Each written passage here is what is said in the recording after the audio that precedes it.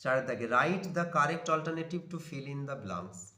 শূন্যস্থান পূর্ণ করার জন্য সঠিক অল্টারনেটিভটি লেখো। A man in the moving crowd heard his cry and dash stooping stopped with great difficulty lifted him off in his arm। দেখো এই একটি ভার্ব রয়েছে লিফটেড হিম অফ। এই লিফটেডটা হচ্ছে একটা ভার্ব, তাহলে আর একটা কিন্তু পাস্ট টেন্সের ভার্ব এখানে আমি ব্যবহার করতে পারছি না, সেজন্য আমরা ব্যবহার করব স্টুপিং। ভার্বের সঙ্গে আইএনজি যোগ হয়েছে স্টুপিং, তাহলে স্টুপ হবে না, স্টুপড হবে না। How did you dash gets got get here child. তাহলে দেখো এখানে ডিড দেওয়া হয়েছে, তাহলে যে ভার্বটা এখানে ব্যবহার করব সেই ভার্বটার প্রেজেন্ট ফর্ম ব্যবহার করতে হবে, তাহলে গট পাস্ট ফর্ম হবে না, গেটসও হবে না, তাহলে get get. Whose baby are you the man asked as he dash moved moving away from the crowd. দেখো এটা পাস্ট টেন্সের উদাহরণ রয়েছে, তাহলে আমরা এখানটা করে দেবো কি মুভড। পাঁচের দাগে দেখো do as directed, fill in the blanks with appropriate article or preposition। Article অথবা প্রিপোজিশনকে শূন্যস্থানগুলো পূর্ণ করো। on the other side of the road stood a cottage। রাস্তার ওপাশে একটি কুঠির ছিল।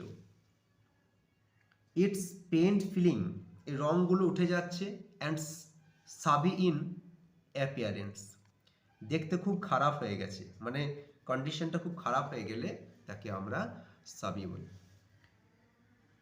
ইট প্রবাবলি বিলংড টু এ পোর পিজেন্ট, এই কুঠিটি সম্ভবত একটি গরিব কৃষকের ছিল। বিয়ের দাগের the compartment was ডেকড with flowers change the voice.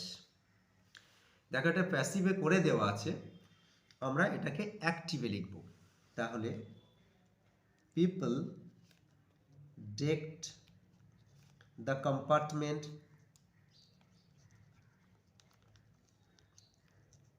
with flowers। You are half an hour late, Samuel said। খুবই সহজ, চেঞ্জ দ্য ইনডাইরেক্ট স্পিচ।